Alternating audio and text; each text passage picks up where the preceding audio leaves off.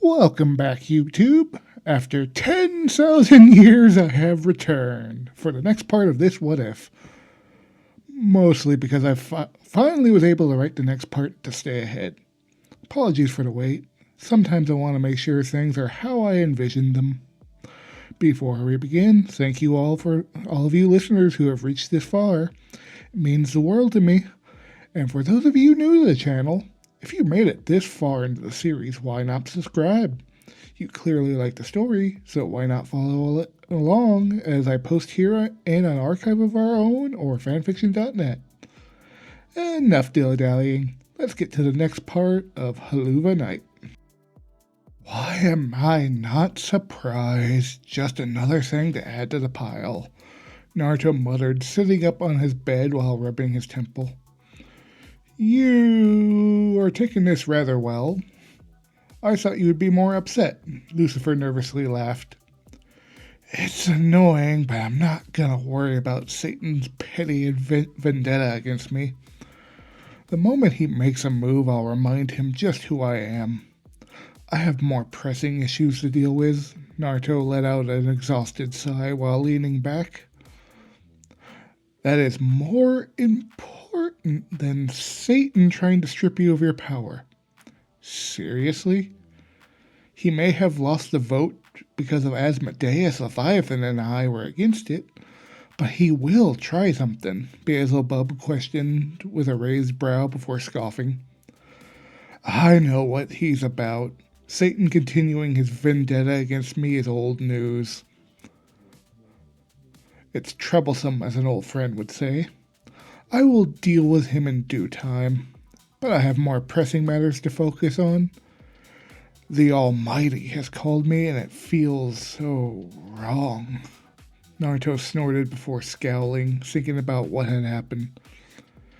He picked a peculiar enough time that it can't be ignored. Why of all times now would Yahweh, after all these years of silence, grant a meeting with you after the announcement of an early extermination? It almost feels like a ploy which doesn't sit well with me. It worries me because God doesn't interfere with world's affairs, and after his initial interventions at the beginning of everything, Lucifer's face twisted into a snarl. Naruto nodded, his eyes sharpening with suspicion. It's all too convenient. If I didn't know any better, this is somehow all a part of his master plan. He wasn't ready for today. What was he supposed to do? He hadn't had to do much in the dating department before. Was this even a date? To Loona it was, regardless of what his original intentions were. He had to appease her at least and make an effort. Bonus, it was agitating Blitzo. Naruto released an exhausted sigh, shaking his head as he strolled through the factory. Many of the demons working, moving out of his way. They knew who he was and why he was here. Please tell me you've come in peace. I have voted against Satan. We've never had an issue with one another, except for your lack of drive, Asmodeus greeted, leaving his desk to meet Naruto as a friend the moment he stepped into his office. Naruto scowled at the diss. He wasn't interested. He wasn't that way. Fuck, he only slept with B when he was so pissed off after an extermination that he needed someone to calm down. She just so happened to offer, and they were going out at the time. Nah, we're good, Naruto waved off Asmodeus' worry. I came to ask a favor. But if you could give a message for me to that prick, I'll owe you a favor. Oh, favor, you say? Asmodeus' eyes shone with unnatural intrigue before he widely grinned. I shall accept that offer, my friend. You usually don't give out those cheaply. I guess I'm in kind of a good mood today. Naruto rubbed the back of his neck sheepishly. Oh, do tell. Whatever could pull you from that slump you were in, it must be marvelous. Asmodeus gleefully spoke. I wasn't depressed, Naruto growled. Asmodeus didn't say it directly, yet the intent was evident. Living in that old shithole B removed your ass from tells a different story, Asmodeus smirked. Naruto smoldered and seethed. Did everyone know where he used to live? I've got a date, Naruto exhaled after a pause and grumbled, slightly embarrassed to say it. He hadn't had a date since Hinata. Well, that wasn't technically true. He hadn't been on a date of this matter since Hinata, but he had gone on simple, quiet ones with B. He couldn't forget those. Her patience and consideration for his roller coaster of emotions over the past 200 years was near saintly. And she was one of the 7 deadly sins. I will have the reservation made at 8. Best time of the night, Asmodeus alarmed Naruto with his quick and energetic response. I will ensure my staff are aware of the changes and prepare for your arrival. The mood will be set. However, you, my friend, hideous. Your tattered clothes will ruin the mood. Naruto twitched at Asmodeus' enthusiasm and glowered at the insult of his clothing, even if he had a point. They were fairly tattered and ragged. I'm meeting with B later, after she's done shopping with my date and Charlie. She said the same damn thing and refused to let me dress like this. At least to a fancy dinner. Naruto grumbled while gritting his teeth. Excellent! There is no one better to assist you and set the ground rules for this date for someone who lusts for you, my dear friend. Naruto blandly glared at Asmodeus as he boldly made an assumption. That's not what this... Whatever! Believe what you want, Naruto panically gestured before frustratingly growling in his throat. The next time you see Satan, let him know if he has a problem with me. Stop hiding in the shadows and come deal with me. Face to face. Loona was nervous. She was not prepared for this. The date wasn't the problem. She wanted that. The issue happened to be she was in one of the highest-end clothing stores surrounded by women who were all close to Naruto. Then there was Angel, who tagged along and helped find the perfect dress. Loona had never been this embarrassed before. Sure, her dad always found a way, but she could lash out at him. She couldn't do that here to these people, not if she wanted to make a good impression. Loona shook her head. This was just a date. It was clear from his behavior that he didn't want anything serious. And that was okay with her. She wasn't looking for a relationship like that either. She was just looking for something. A spark. Something to make her feel truly alive. And if it led to something, well, she'll deal with that when the time came. How about this one? I think it's in your size, and it's quite lovely. Charlie held out a bright and poppy dress. Loona scrunched her muzzle and glared at it. Not only was it too bright, but it was long-sleeved, flowing turtleneck dress. It would cover everything. Nah, not slutty enough, Angel commented, taking the dress from Charlie and putting it away and scowling at her. This is a date at Ozzy's. Focus! You can't dress like that there. It's too conservative, girl. Beelzebub shook her head, searching for the racks to find the perfect dress. And the colors don't suit Loona as they do for you. You might want something dark or gray to match her aesthetic. I don't want it to be that way, Charlie growled and hissed at Angel Dust, but hung her head at Beelzebub's response. Charlie, he's right. This is hit the first date. You want to be a little more revealing and show off some of your assets. Do you not remember what I wore on our first date? Vaggie reasoned with Charlie. Charlie hunched over in an attempt to hide her flushed features. Oh, she remembered what Vaggie wore. how it curved around her waist and those pronounced hips of her.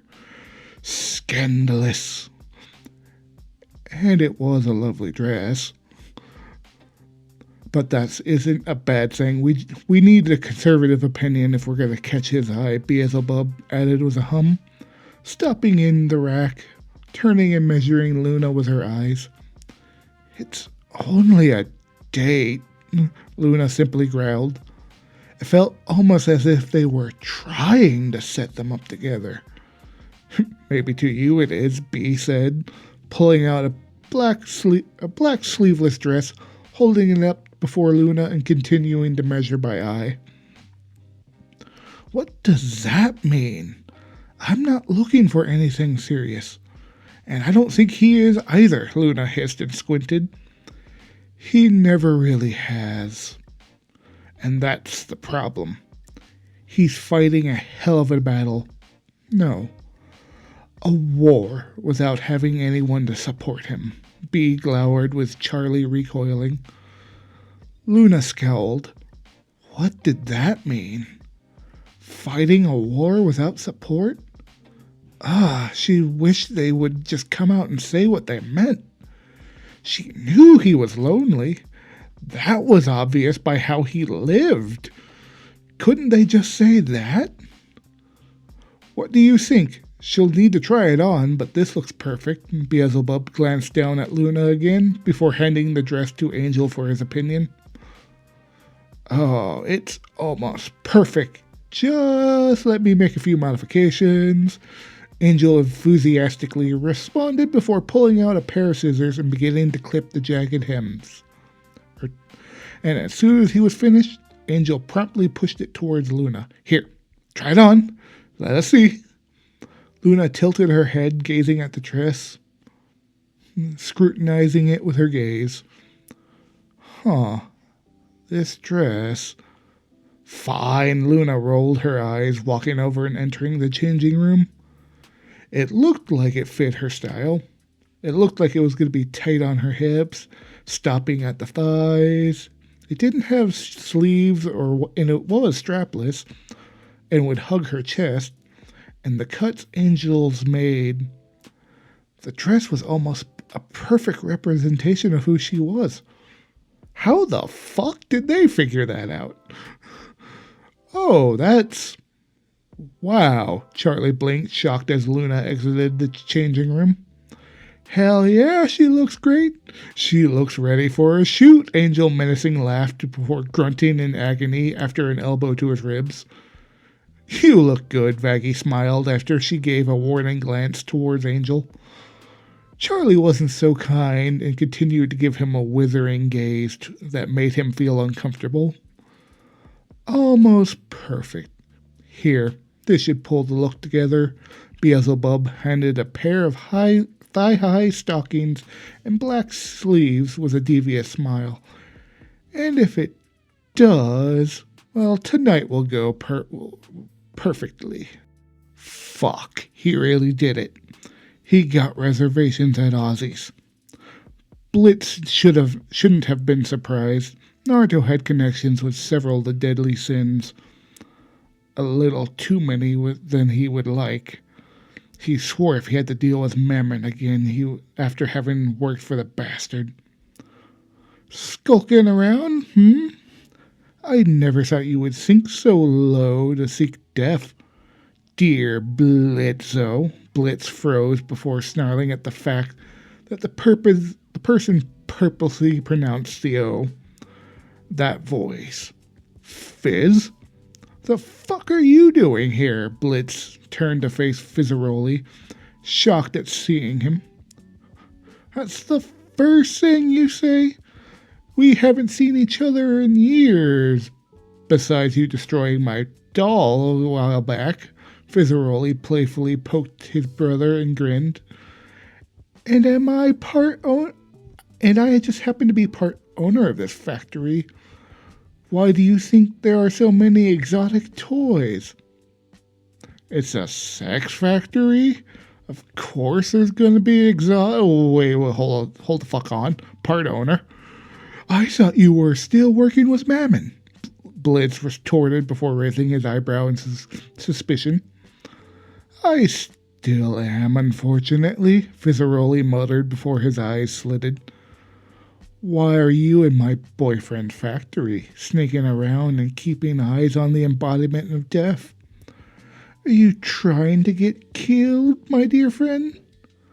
I can help hasten that process. What? Fuck no. My daughter's got the hots for him and they have a... The fuck do you mean, boyfriend? Blitz glowered before shock enveloped him and he loudly exclaimed. Ah, fuck, that slipped. Keep it down, would you? I don't want many people to know, Fizzaroli cursed and scowled. Then why tell me? You know I don't keep shit like that secret. You know I'll use that shit against you, Blizz manically grinned despite the knowing glare from his old friend. Says the one who has a secret relationship with the Godic prince. Fizzaroli sharply stared back at Blitz. Okay, fuck you, Blitz met his gaze with a growl. The fuck do you want? I'm busy. Are you serious? I told you this is my factory, Fizz hissed, before glancing down at Naruto as Naruto exited Asmodeus' office. Hold on, when did you get a Oh, so that's who his date is. Marvelous. Blizz's eyes flickered fearfully. Oh, he had said too much. And now, don't you fucking dare, Blitz snarled, his hands twitching. Oh, he would burn this place to the ground to stop him. He would do anything to protect Loona, even if that meant... don't you worry about it. I know all too well to avoid upsetting Death Blitz. As should you. After all I wish is to make his night a thrilling bang. Fizzaroli smugly smirked before turning his back on Blitz. Now excuse me, I have a dining experience of a lifetime to prepare. Blizz gnashed his teeth as he watched his former friend leave the rafters. His fingers danced around the handle of his beloved pistol. He wanted to cap Fizz, but he knew better. He needed a new plan A way to keep the two in sight during the date. The question was, how could he infiltrate Aussies? He could sneak in, but if he made a scene, and he knew his luck, some dumbass incident would occur and he would get caught. He would stood to lose everything. Blitz needed a legit way into the restaurant, and there was only one way that he could think of immediately. Shit, Blitz bit his lip, reaching for his phone. He really didn't want to be further in debt to him, but this was an emergency. Pick up, you feathery bottom. I need you right now. It was so dark and cold, horridly lonely. His home felt empty. His wife had left, took his dearest Octavia with her. Oh, that hurt the most. Although he may not have ever genuinely loved his wife, his world revolved around his daughter. She was the light of his life, always had been. For her not to be here stung. The pain worsened at the thought that he could only see her occasionally. Stolas pitifully exhaled, staring into the fridge. He knew he should eat. He hadn't for days. Nothing looked edible. Could fill that empty void inside him. This should be fine, Stolas muttered through a thin gaze, picking up a gallon of milk before walking to the cupboard for a box of cereal and a bowl. But his words were hollow. There wasn't anything that could fill this void he felt inside. Well, there was one thing. Oh, how did he call him? How could he come up with something to spend time with him? Perhaps he could use something about needing the book. No, they had a deal. It would be wrong of him to break that trust. Didn't want to ruin another relationship. Not with someone he genuinely had feelings for. Maybe even possibly loved. Not again. He already hurt Octavia in too many ways that he never meant to. Stolas' heart skipped a beat. That ringtone. Blitz was calling? Stolas fumbled his phone as he answered. Oh, hello, dear Blitzy. I was just thinking about you. What do you need? Stolas twirled his finger while trying not to sound too desperate. Funny you should ask. I need a favor from you, Blitz exhaled from the other line. Stolas stiffened and stood straight. This was not Blitz's typical tone. It didn't have the usual brash and cocky attitude he knew Blitz to have. What could it be? Was his dear Blitzy in trouble? Whatever you need, as long as it's within my power, I will do what I can, Stolas responded exuberantly, with a hint of concern laced underneath. Fuck, this is difficult. Looney has a date. Blitz struggled to find the words. Oh? How truly magnificent. How lucky she is to have someone who can get reservations there so quickly. That atmosphere there is to die for, Stolas whimsically whistled. Yeah, whatever. That's not the point. I'm worried about her. I might trust who Looney is on a date with to keep her safe. I don't trust any other of those shits out there. Blitz bit his lip and hissed. Stolas frowned and noted Blitz's tone softening, sounding desperate. I have made my share of enemies. A lot of enemies, and I'm not ashamed of that. But I don't want to drag Looney into my business. And I'm worried I might have just done that. Stolas' heart sank, his stomach turned and twisted.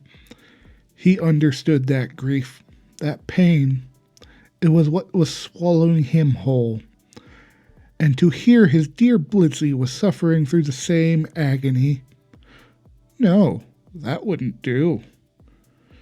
Do you know the time? Stolas asked, his voice deepening as he reached for his pad and pen. A sense of resolve filled him. He might have failed to protect his dearest Octavia, but he would not fail Blitz. I believe they said 8.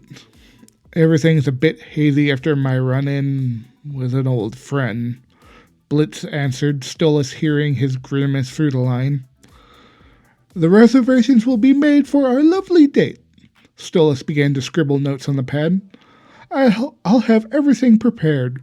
We'll have a wonderful evening together. And together we will keep your daughter safe. You have my word.